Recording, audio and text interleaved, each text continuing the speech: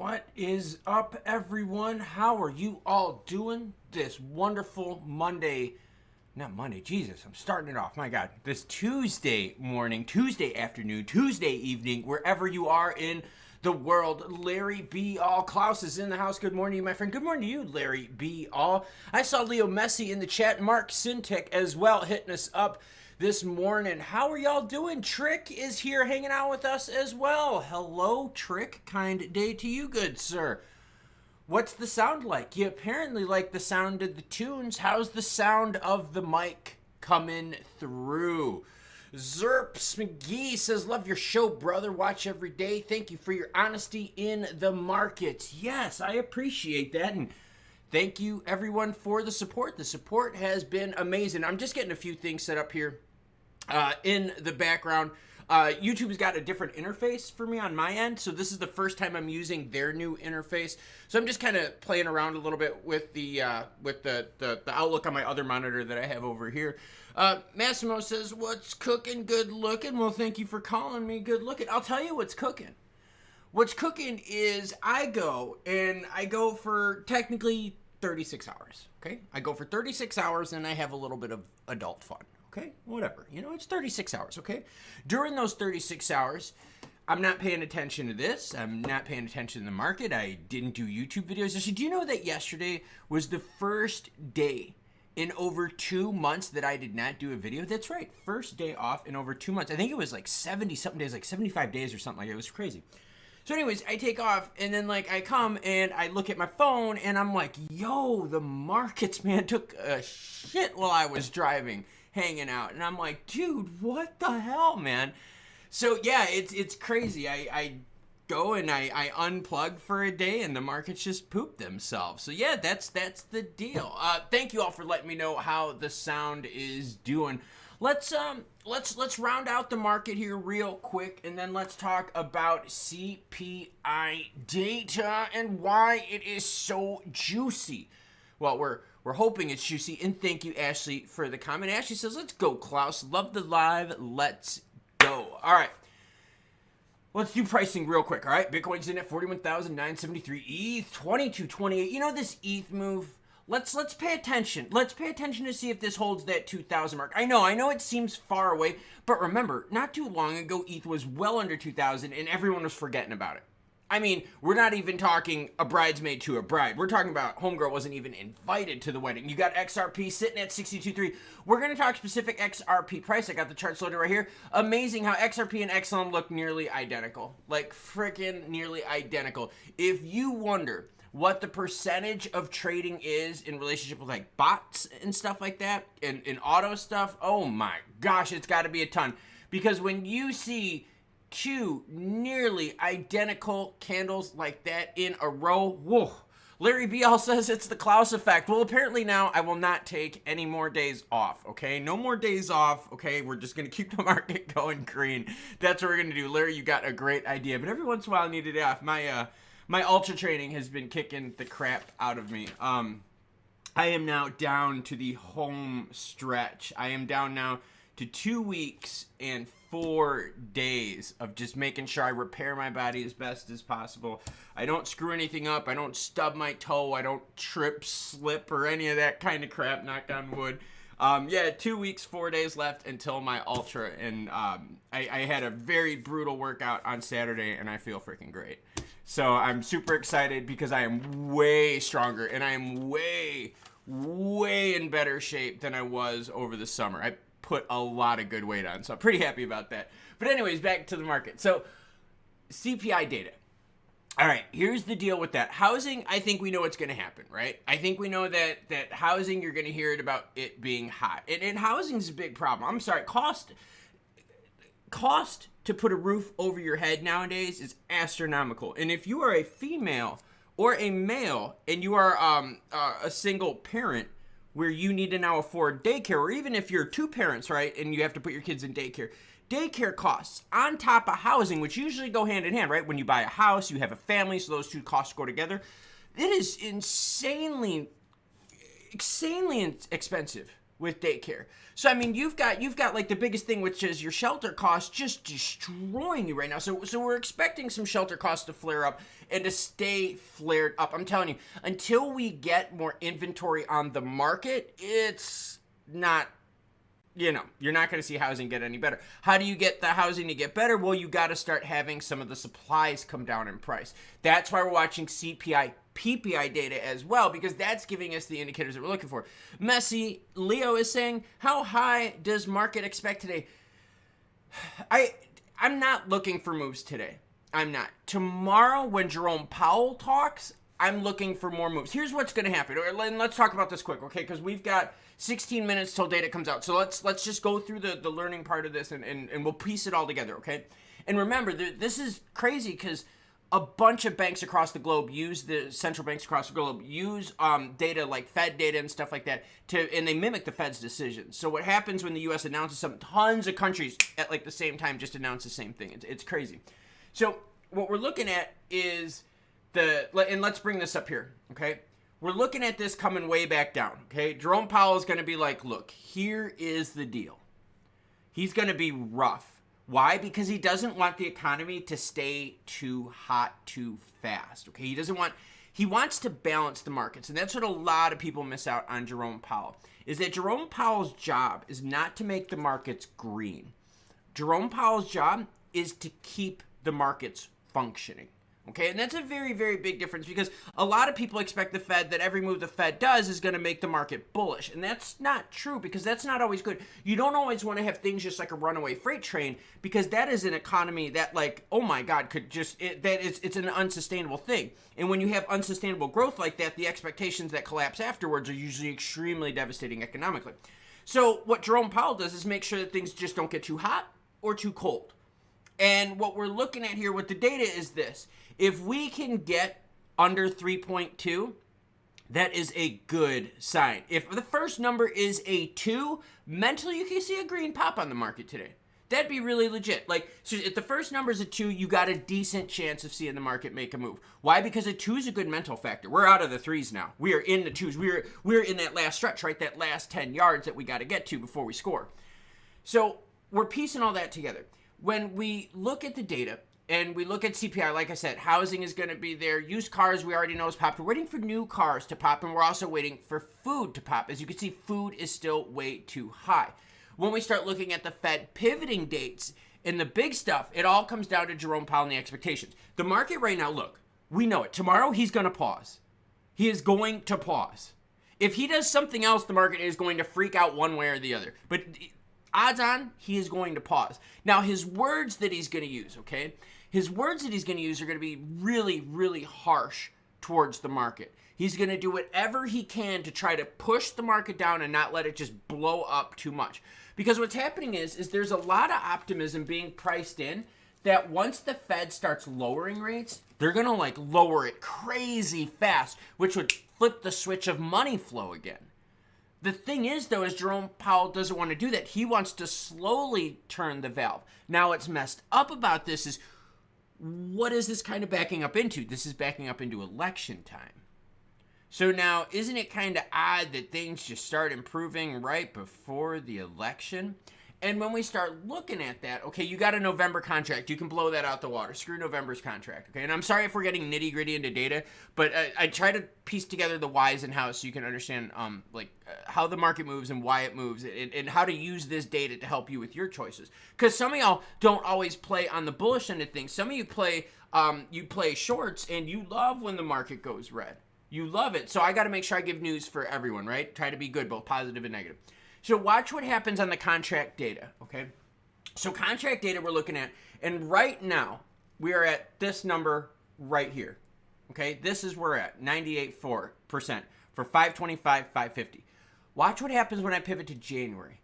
January, we're like, okay, 94%. We're still cool. We're still legit. You know what I mean? All right, cool.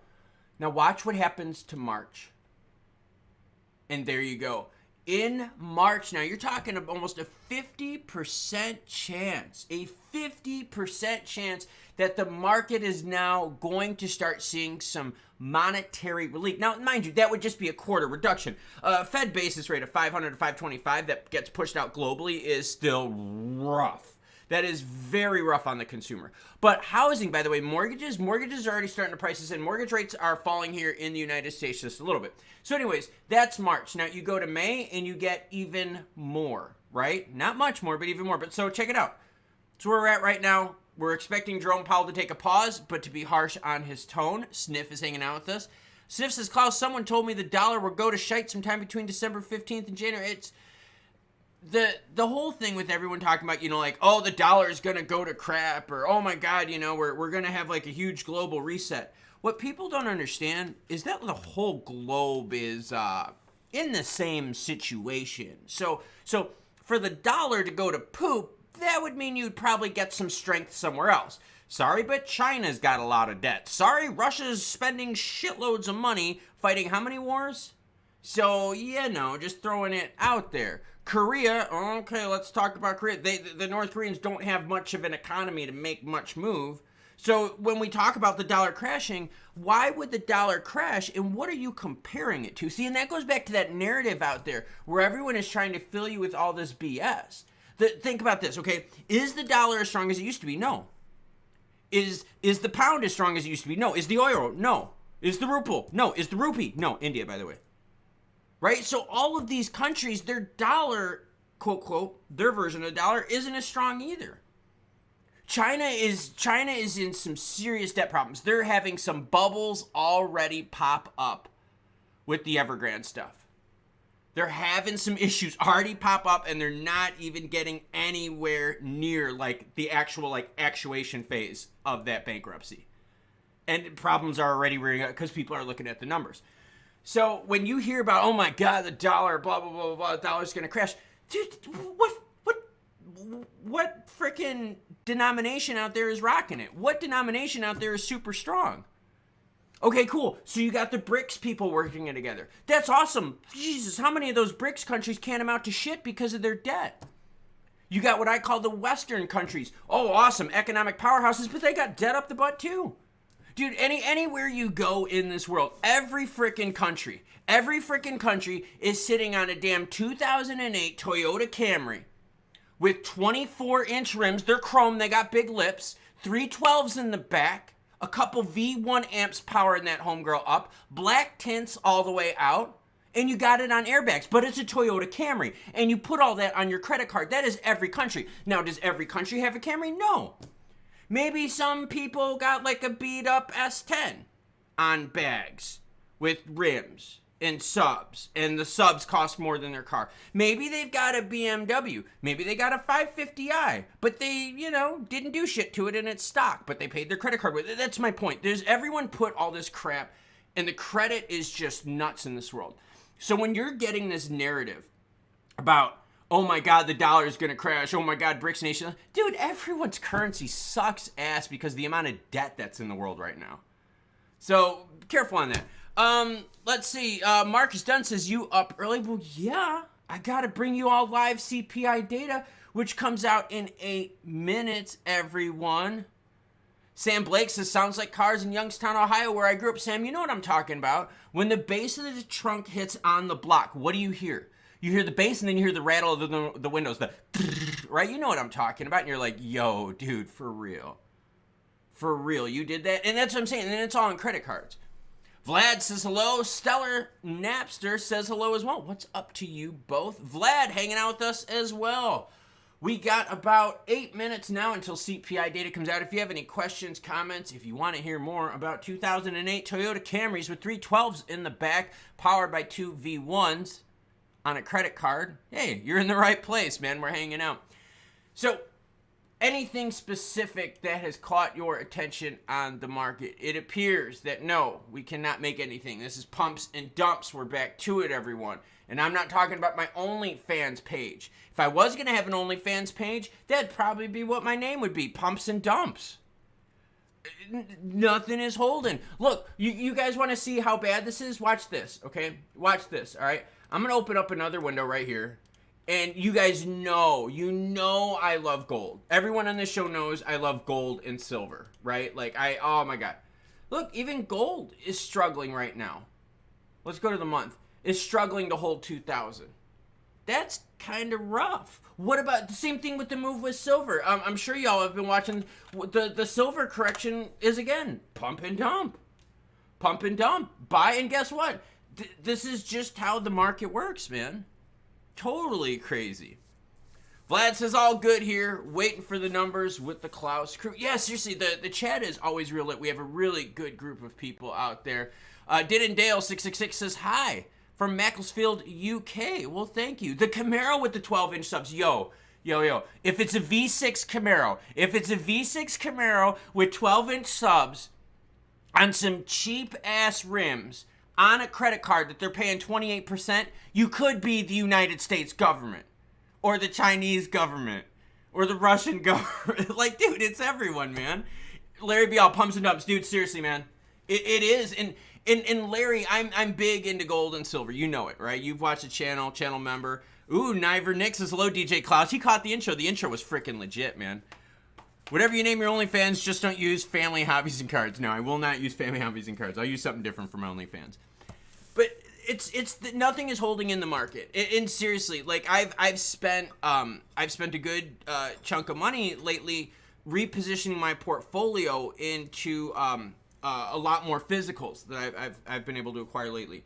And I'm sitting here and I'm thinking, dude, I even know that, hey, the next time, profit windows swing where you start getting that crazy, above 25 action on silver, above 24.50 even, hey, man, you play the juice. So, dude, it's pumps and dumps, man. It's pumps and dumps. And last chance, I'm telling you, dude, the worst ones, last chance. Hold up. I'm going to change the game right here. I'm changing it. All right, last chance. This is for you. The United States government, Chinese government, Russian government are all in heavy, heavy debt, right? If you want to know what it's like, right? And we're all talking about, like, the dollar, the rupee, the ruble crashing and all that kind of stuff. Those governments, you know what they are? They are a V6 Dodge Challenger. Hold up. V6 Dodge Challenger with SRT badging on it. Hold up. They only put the SRT badging on it. They kept the stock rims, and at every light, they mash the V6, and it barely does crap. And they got 110 in the back, powered by a simple 200-watt amp. All of that was put on a credit card, all like the accessories, but the car itself was on an auto loan, 18%. That's the United States government for you right there. That's Russia. That's all these countries out there were worried about. Oh my gosh, you know what I mean? Ugh.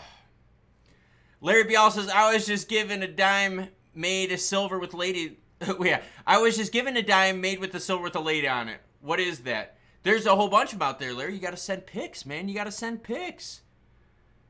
Niver loved the intro. Yeah, legit info music. Mercury Dime.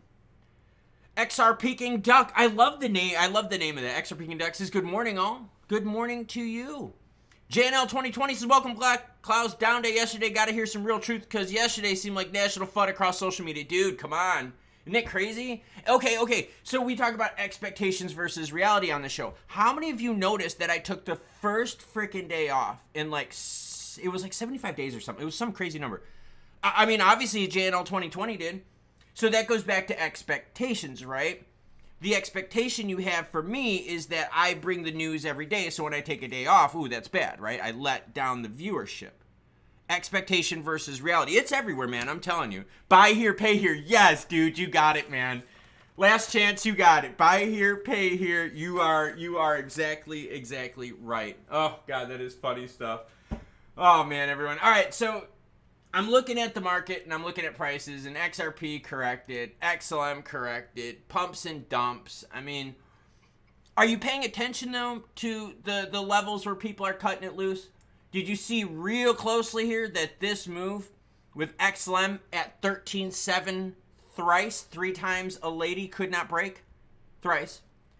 Did you see here at XRP? You know it, right? You know it. don't get greedy. Don't get greedy and set your sell at 70. You got to set your sell a little lower than 70 because people are going to undercut you. So kind of just pay attention to some of these numbers there. We talk about playing within the sticks, right? Sorry, I'm just reading your comments. Massimo says, the government nowadays are taking an Uber because the car was repoed. And they're taking an Uber using their mom's credit card on the account. Oh my God, that's been horrible. That is so bad. That is so bad. But we're looking at this, and seriously, if you play within the sticks, you can do pretty good here. But and then okay, so not just the where people start selling off, but also again the support. Where was it? Right above that 60.5. 60.5 is where it's at. So you know you have to just pay attention to this stuff because every market is fucking doing it. Every market is pumping it. Look at silver. I mean, they're not big margins, but check it out. If you're playing peaks and valleys, I mean, you're still swinging 10% every couple months. That's a pretty good play. Sam Blake says, my favorite was the old Caprices and other big body hoopties on 20s rim, stupid custom paint shop like SpongeBob or Miami Dolphins. Oh, man. Dude, I have seen my share of just crazy rides, and let me tell you, man, the stories I actually have a picture in my phone of a really, really bad one that I saw. If I don't want to, like, not talk to you guys for a while, I search for it, but if you bug me about it, and I'll remember, it's a horrible one. It was a sad boy car, man. It was crazy. Okay, so looking for data right now. Give me a second here. All right, so we're just waiting. CPI data will be coming out any moment. Let's see. Here we go. Oh, here we go. Hold on. CPI data. Hold on. Sorry. I'm having just a little bit of a lag here. Hold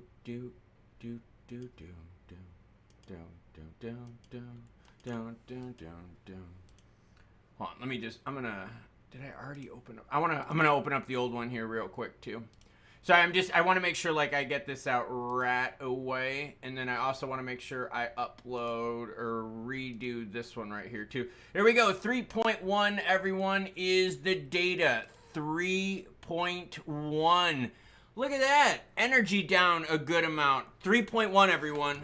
3.1. So I mean that's, I don't know. 3.1. That's not too strong.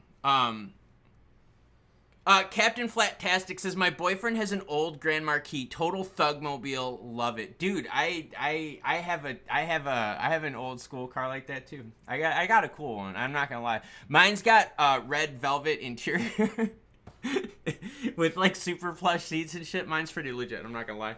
Optogenics is another one. Thank you for letting us know, Sniff. But let's take a look at the data and see what they're saying, because I said housing was going to be the problem, and let's see. The CPI for all urban consumers increased 0.1% in November, seasonally adjusted, blah, blah. The index for shelter continued to rise. Holy shit.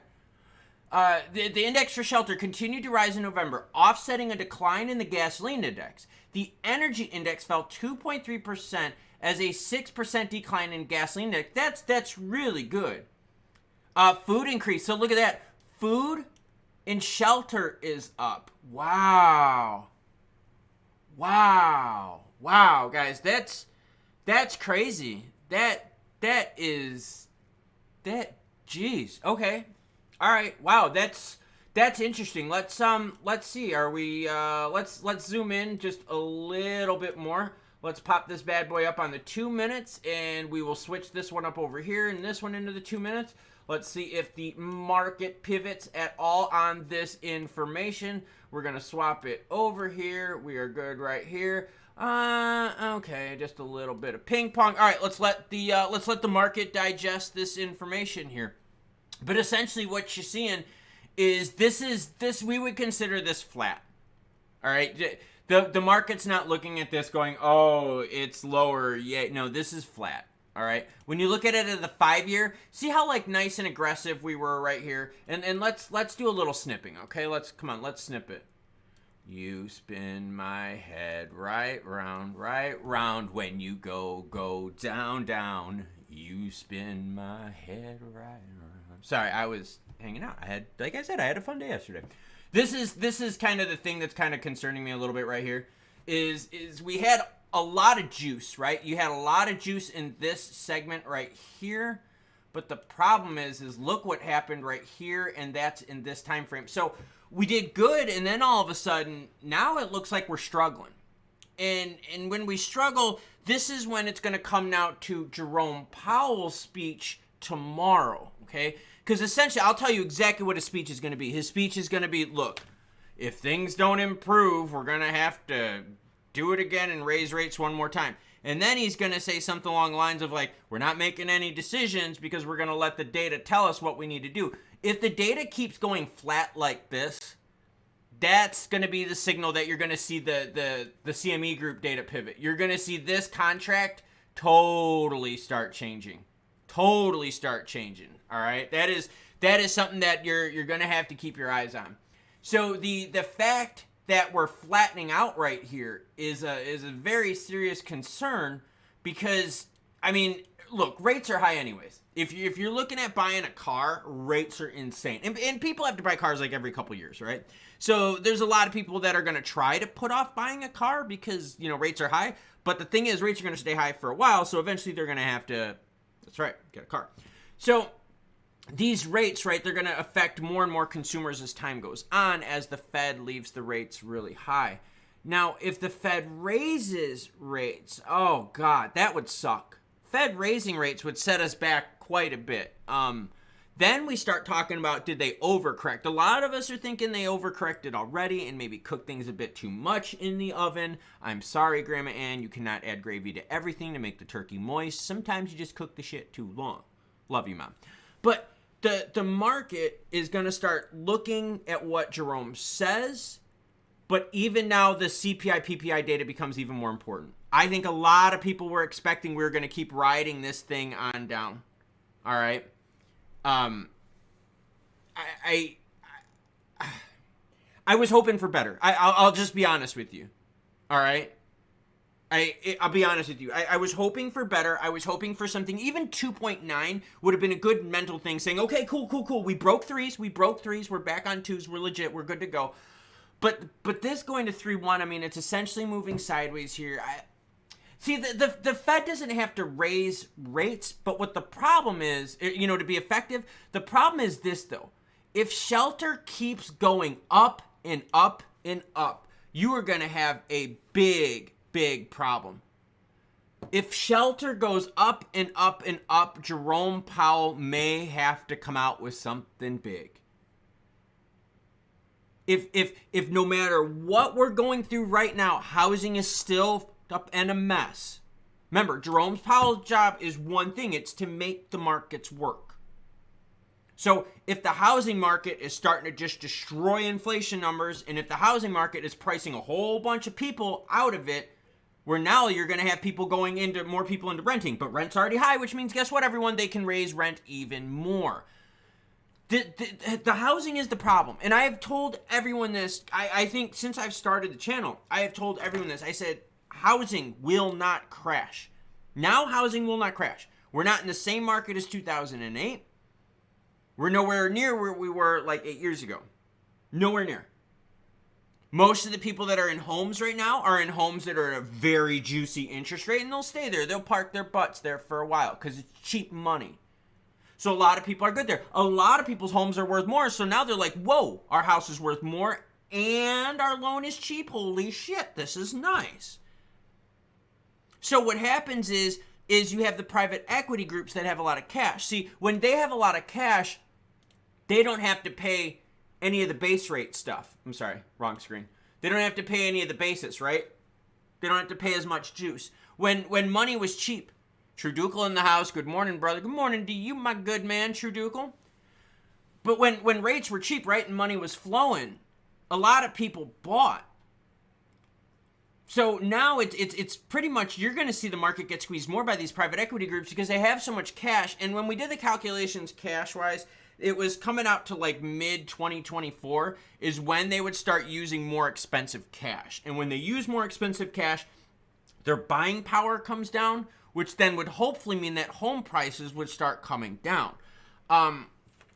The thing is, though, is we were thinking about 2024, mid 2024, if not third quarter 2024, which would align then with a natural housing decline in the winter months. So shelter is going to be a problem. If shelter stays a problem, don't look for Jerome Powell to lower rates anytime soon. If housing stays hot and it's just a mess, just an absolute mess with, I'll read it again just so everyone kind of knows.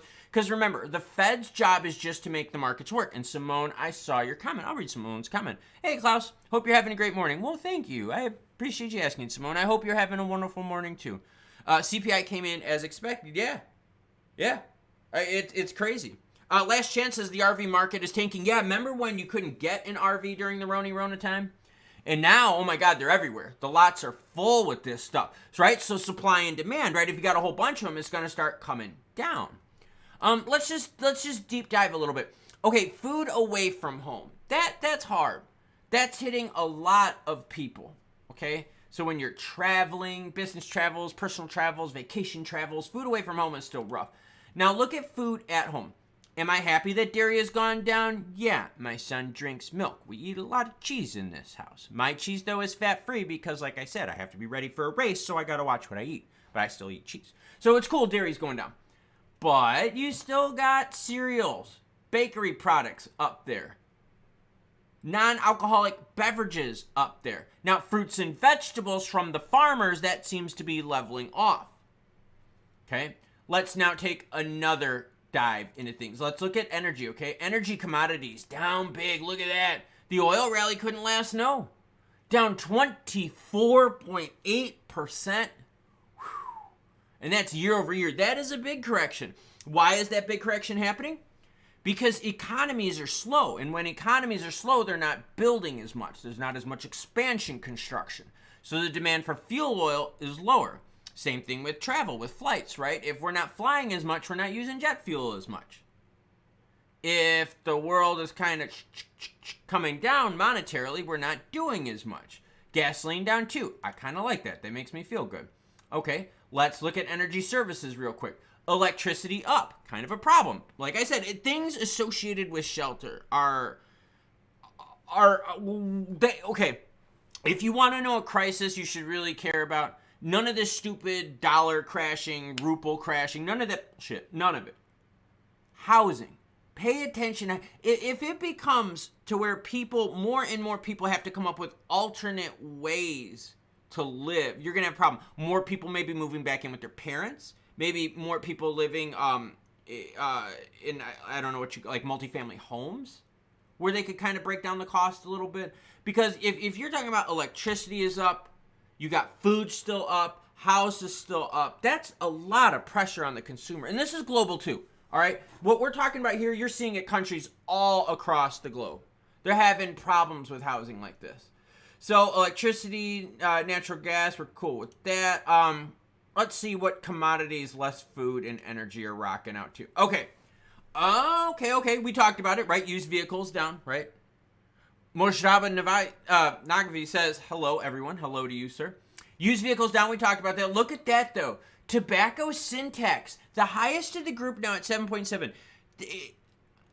You know, they always say it's like taxing the poor because the rate of lower income families that use tobacco products is super high. 7.7%. So you can't be telling me here that those your tobacco production companies are not freaking making massive profits.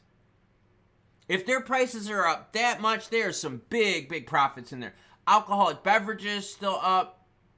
Medical care up. That's a problem again. Used vehicles, okay, cool. This is the lowest we've seen new vehicles in the longest time. Holy crap. New vehicles 1.3, which is good. We're starting to see maybe that bubble starting to pop. Vehicles would be a good one. And the reason vehicles would be a good one is because the turnover rate on loans for vehicles is often. Which means all of these new people could be getting hit by, yes, everyone, high rates. That's why new vehicle prices are going to come down. Why? Supply and demand. But that's not happening with homes. So you're seeing the things break down that we want to break down, but you're also seeing that the things that we don't want to break down, kind of like your housing stuff, stay up. And that's a problem. That's a problem. Look at shelter. Look at transportation services. I mean, big city costs fall a lot into these brackets here, and big city cost categories right now are going to be insane. Sniff says, Klaus, do you think XRP would really be a Bitcoin killer? I have some, but I don't think... No, I don't. Here's the reason, okay? Here's the reason. What is the... How do I put this? Let's weed is down. Yeah, you could get some really cheap, Digger. You can. Colorado is experiencing a big price issue. Sorry, we just pivoted news. But in terms of XRP and Bitcoin, here's the thing. Let's just talk about this, okay? Right now, what is making things move is store of value. People locking up money. That's what's moving things right now, okay? Bitcoin at 41,000, ETH at 2,200, right? Those are your two biggies. Now, the thing with Bitcoin is people are using it as store of value. Everyone ripped on Sailor. Everyone. And trick it to out here in the States, dude, we've got massive supply demand issues. We have so much supply out here, Trick. It's crazy, man. It is so weird here in the States, but well, maybe Weed Wednesdays, everyone. I want you to think of this, okay? Everyone talks about like, oh, but adoption and use case, blah, blah, blah, blah, you know what I mean? Like, whatever. The thing is you have to look at it this way. What are they really doing right now? People are really using Bitcoin as a store of value. Michael Saylor really has a shitload of Bitcoin. Other companies like Marathon Digital have a ton of Bitcoin. Countries have tons of Bitcoin. All right, and they're like in hodl mode. There's less and less available BTC on the market. People are locking it up, putting it away. I will say though, Digger, I will say this though, premium stuff is still fetching high dollar. If you got good stuff, you are fetching high dollar. Just throwing it out there. So when you think about it, that Bitcoin play is real. Like that is real, and it's you. How do you stop it? How do you stop it? Who do you go after? What organization? It's can't. I mean, all these other ones you could list organizations, beneficiaries, stuff like that. Bitcoin's a bit different. So no, I don't see XRP being a Bitcoin killer. I think it has. They're different demons, but the reality is people store their money in Bitcoin like they would a savings account. Like they would buying gold, putting it away in hodl mode for a long time. Like people use for their homes, right? Where they store value away for a long time. That's how people are using Bitcoin right now. A lot of people. Now, are there people trading it, playing the pumps and dumps, the 10, 15%? Yes, of course. Of course there are. There is a lot more people buying Bitcoin and holding onto it. And that's huge. That is huge, huge. Because that's where you're seeing the movements happen, is this store of value play. Simone says Evergrande Tether in Bitcoin equals, oh, you know what, Simone? I got to be honest with you. What's weird about that is when we start talking about Tether,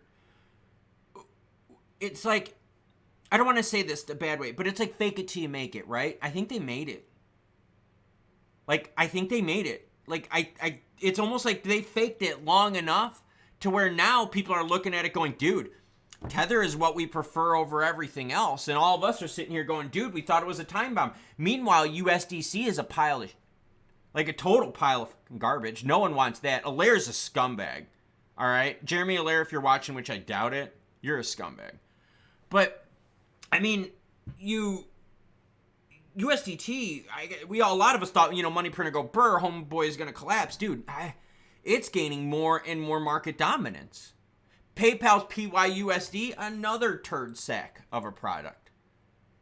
So, I don't know. I get where people are shoving this whole narrative out, but the narrative that you're hearing out there is founded on such weird crap, man. Like weird crap.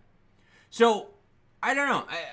I look at it this way. People right now are using Bitcoin like you would for a house.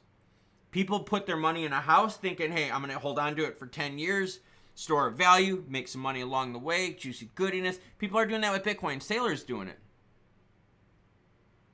Ooh, Trick, GG4. By the way, do you know they got sued? by the actual Gorilla Glue company. They actually got sued and had to change their name. That's why it's GG4 instead of Gorilla Glue 4. There you go. The more you know, man. You're getting a lot. You're getting a whole bunch of things. Simone says, yeah, USDC was a great idea, bad execution.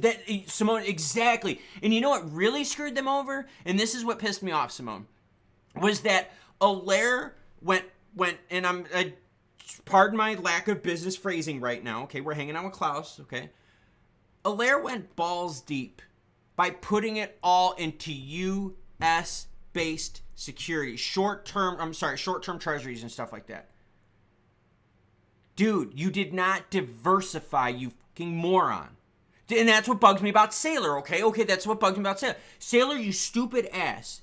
Spread the shit around. Do not put all your eggs in one basket. I understand aping into something, but you as a head of a business, that's not the best idea. Not the best idea. See, Trick knows. Trick in the house hanging out with us. By the way, Trick, you're going to like this. Here, I'll show you guys something really, really cool. I'm behind because I've been busy here lately, but let me show you something. I got to find the right paper. Okay, this is really cool. I'm gonna cover some information out here because I don't want you guys to see. Okay, so we have got lot 189.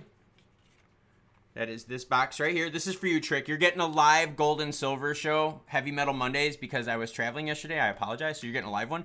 So here you go. 189. All right. This was titled Fashion Jewelry. Large lot of bangles. I will show you my auction sheet. Lot 189. Right? Large lot of bangles. You can see I paid 7 cents. 7 cents. Can you see it? Here, I'll put my finger right by it so you see where you're looking. Right there, 7 cents, okay? 7 cents, and what do I find? Vintage silver bracelet in here. They didn't even check the stuff. I did. A marked vintage silver bracelet with silver charms on there. Like, I was like, come on, guys. So, and in working condition, really good condition. So I thought you would like that. There you go, gold and silver show live. Whew. Yeah, juicy stuff, man. So yeah, I do. I think the problem I have though is you're not seeing the diversification. Like, you're not seeing the diversification at all. And that's what bugs me with this. Even El Salvador, I understand more like for a country doing it, because think when a country does like a currency, it's not like they've got like 80 currencies that are their national currency, right? Their eggs go in one basket, sometimes two. Okay, sometimes two. A lot of South American countries use the dollar and their own currency. So, countries I understand, but the sailors of the world, I don't understand that. FIFA working with Polygon to do NFT drops for the World Cup coming up. Fan tokens, you guys ready? Because remember, fan tokens, okay? And this is, I don't know how to put this. Fan tokens, I'm just telling you right now. Pumps and dumps. Trick, I know you're going to get into fan token action. I know it. But I'm going to tell you this, Trick. Don't bet with your heart. Don't do that. Is the CPI data good or bad for crypto? It is honestly bad. CPI data came out not good at all. Housing rip-roaring expensive. The curve flattened out, as you could see right here, right? We were going down. We were deselling very well. This is for you, JN, and for everyone else watching. We were deselling quite nice, and then we got to the stagnant time period right here. Not good. See how essentially the net gain has been jack from this point here to this point here? Yeah, that's not good. Simone says, I'm all about those commodities, baby. Hold on to your horse. 2024 is going to be good. Yeah, 2024 is going to be interesting. I think one of the things that is going to be new for a lot of people out there, and I'm going to be very excited to share this with you all because my channel wasn't going during the last presidential election. But what you're going to see is you're going to see a lot of pivots and rotations in these markets. You are going to see a lot of big businesses, okay? Go out there and they're gonna put some weird stuff out there, and the weird stuff they're gonna put out is they're feeling the way the market is going to move based on who El Presidente would be. Because remember, different presidents have different economic ways they tackle things. Some presidents favor tax cuts to big businesses, and some presidents don't. So these businesses also that are looking for capital relocation or capital allocation or relocation of the allocation of capital, right? If they're moving buckets, then they're going to start also saying, well, wait a minute, what is it looking like election-wise? What are financial conditions going to be? So we're going to have some exciting times. JN says, do you think Bitcoin will continue to go down to 32? To pull down to 32 now, you're looking at about 22% down or so to the downside. Whew. What if the ETF, buy the rumor, sell the news ETF action happens, Jan? I mean, a lot. I got to admit, there is a part of me that's a little nervous about this ETF thing because this run-up that we've had in Bitcoin has been very, very strong for the year. And that's a harsh one. That's a harsh one because especially with all this ETF action come in, does the ETF action come in and crush the Bitcoin market and make it more stable and less volatile? And then it's like, okay, now people are like, well, we kind of like a riskier store of value. No, this is not as risky. Oh, crap, let's put our money somewhere else. So there's that whole dynamic there. If the ETFs level out the volatility of Bitcoin, which would then level out the volatility of the crypto market, a lot of y'all ain't going to play in anymore. You're going to be like, dude, why am I going to play in the crypto market that's super risky if there's no volatility, there's no option to make juice? So we have to be careful with that. We have to be very careful that these ETFs don't crush, or bookend is a good way to put it. Don't bookend the price action of Bitcoin, which then bookends the whole price action of the market. That would not be good. What I would love to see is the crypto market native token stay roaring the way it is and have the ETF action be additional action that funnels into the market. I think that, for me, that I would love that. Oh my God, I would love that. Because what I'm sitting here, I'm thinking, okay, native asset token players, and I don't mean to dork out, I'll dork out a little bit for you, but native asset token players right now are going to be asking themselves, and I'm talking about on the big institutional level, do we keep our money into native Bitcoin directly? Do we play that? Or do we try to play some ETF action? The problem is every product, like when Grayscale did GX, I think it was GXLM, when they did that, the volatility of that was insane, but a load of people lost money on that. Like a ton of people from the get-go. It was insane. But with Bitcoin, yeah, so how many of those native asset holders now are going to be pivoting somewhere else? True Ducal says, I'd assume that's their strategy. And that's my thing, man. So if Bitcoin then doesn't become as volatile, as juicy, and the ETFs bookend it, because there's a lot more money tied into that ETF functionality, then that makes the whole market boring. Then you've got like a boring market that's still inherently risky with no consumer protection, consumer being the people that are investing in the market, a lot of shenanigans, a lot of wash trading, a lot of all that. Then now you're looking at a market that's not as volatile, like in terms of, positive, negative price action, but is still just as risky in terms of, like security, people rugging you, all the lies and stuff like that. So then it's almost like, well, wait a minute, is the juice really worth the squeeze? I hope that doesn't happen. That is one of the things I am very nervous about, because that is the allure of the crypto market. See, a lot of people think that I'm anti-crypto. I'm not. I am not anti-crypto at all. I just think people need to have proper disclosures. I think you need to be told how risky things are so that you're playing on a fair field. Not that the field you're playing on is fair, but that you're understanding that when you walk onto that field, these are the rules of that field, and this is how that field plays. Like, that's what I want to see. And I do get concerned because in crypto there's juicy money. You do pumps and dumps. I have just been pumping and dumping the ever living poop. Whenever I get a chance, pumps and dumps, just ripping and roaring, right? But if they get rid of pumps and dumps and we get into boringness action, people are just gonna be like, this is lame, dude. Like, come on. Like, that's not good. So let's just keep our ears and eyes open and see what happens with this ETF move. One thing I wanted to show you here is this. This is the 1 month chart. This is messed up, man. This is really, really messed up. Look at the 1 month chart. Bitcoin up 12%, ETH 8%, Solana 26, Cardano 54, XRP down 6.3. 1 month. That is a crazy chart, man. Last chance says, how can we have an ETF without having crypto regulations?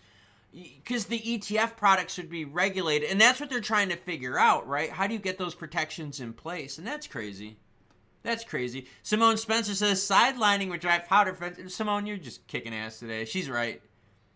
Simone, I have been cash heavy for a long time. A long time. Soon Crypto says, crypto market is like a baby taking its first steps. Trillions are about to enter the market. The only way is up. But that's not necessarily true. Because if trillions enter like the ETF market, which you're not going to get trillions entering the ETF market. It's just not going to happen. It's not like there's that much money floating around. And that's what, okay, so Soon Crypto, I'm going to use this as an example. There's not trillions and trillions and trillions out there that are going to flow into the crypto market. Okay? Like, there's not. Money is very tight. Money is very, very tight. And money right now is looking for places to go to. Short-term action in metals. Short-term action in crypto. Definitely making money on housing. People aren't making money on cars. So this whole idea of like trillions flowing in, you're going to have ETF products out there. You're going to have a lot more investor protection with ETF products. If a ton of money flows into the ETFs, like insane money, that will definitely flatten out the crypto market because ETFs don't trade as volatile. Nowhere near. Nowhere near as the native token. So you don't like, you got to be careful. There's not that much money. Vlad says the memes are making a killing in this market. Degen's cashing out big times. Yeah, the memes are making a killing right now in the market because it's gambling, man. And that's what it's all about. The juice is worth the squeeze. And I seriously, I don't understand where people are saying, how are trillions going to enter the market? There's not even trillions out there to enter the market. And if there were trillions, right, wouldn't the trillions not all go into crypto? It would go into a whole bunch of different things. Right now, you're seeing opportunities. If trillions are in the market, then why the fuck are they buying crypto at cheap ass prices like this? At XRP, like way down from its all-time high. XLM way down at its all-time high. Bitcoin down from its all-time high. ETH near half of what its all-time high was. So if there's trillions out there, how come they're not buying these cheap prices now? Because the money that is out there isn't interested in this. The market prices things based on supply and demand. Look at housing. So if there's a ton of crypto out here and the price is 62.2 cents for XRP, guess what? The market is telling you that's what that is worth right now. What is XRP worth right now? 62.2 cents. I don't care if you've got trillions out the sideline. I don't care if you got quad mega jumblies billions over on the sidelines.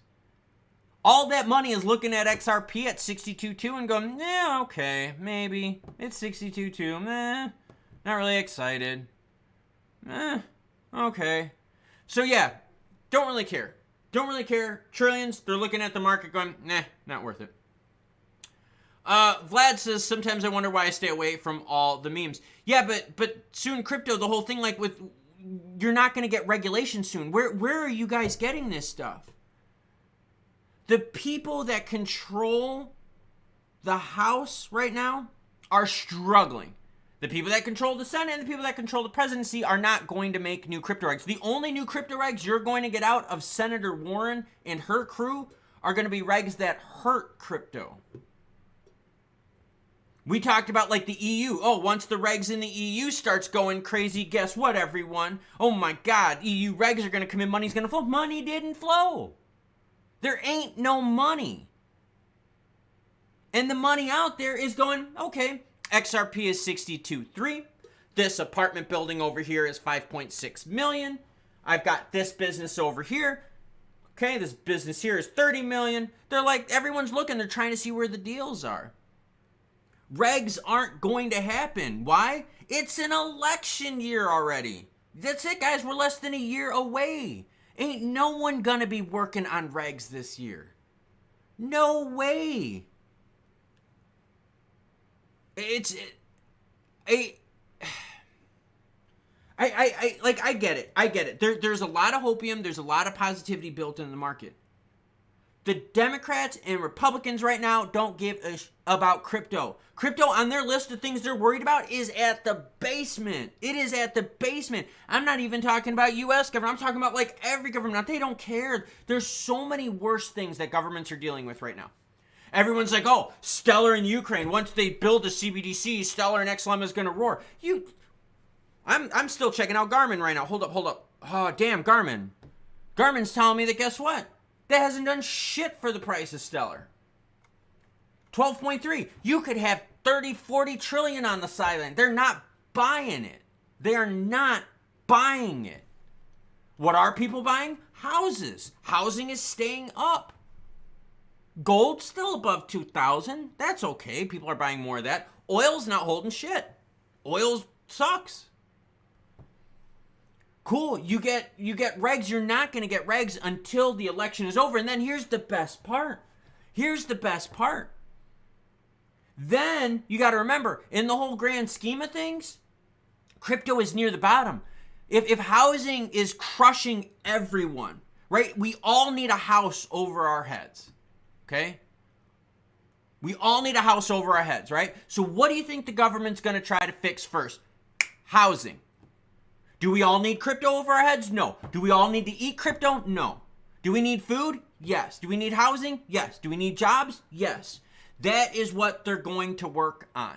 When it comes to crypto, that is so far down on the pecking order that if you want something like that to happen, you would need to have the House, the Senate, and the presidency all controlled by Republicans in the United States, or Republican-like thinking and whatever you call it in your party in your country.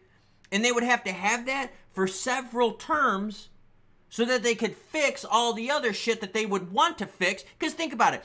If those that are like pro-crypto go into power, the first thing they're going to do isn't be pro-crypto shit. They're going to undo the crap from the previous administration. What did the Biden administration start off with? They started by repealing stuff from the Trump administration. They weren't like, you know what? Let's tackle legalizing marijuana. And holy shit, wasn't that the narrative that was sold? Oh, well, when the Democrats take power, they're going to legalize the stuff. Oh, well, haven't you? How many times are you going to be lied to where you sit there and go, oh shit, they're using me? Oh my God. Last Chance says XRP is like a trucking company waiting for freight. The more freight, the more it's worth. Fizzlestick says, you mean XRP isn't going to 59,000? No. Elizabeth Warren proposed a bill to crack down on crypto. Wouldn't that be good for XRP since it has legal clarity? XRP doesn't have like legal clarity like people are thinking. You've got a judge that said primary is screwed. Secondary is okay. So what does that do for us? Like, and Warren's thing is going to crack down on anti-money laundering and KYL stuff. It would make crypto, how do I put this? Yeah, and that's the other thing. Warren is like the champion of proposing crypto bills and not finishing.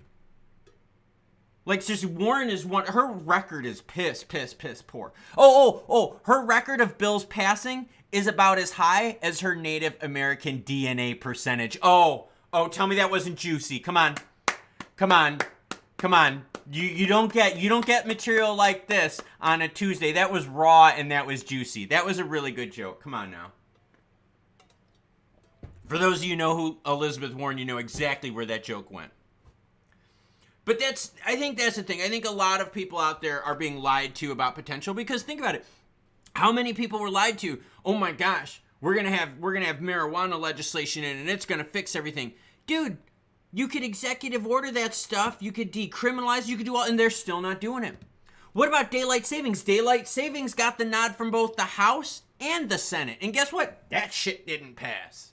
And then both of them were like okay with it. Like this whole thing, I don't know where the narrative is coming from. And the reason it pisses me off is, like I said, do whatever the fuck you want with your money. I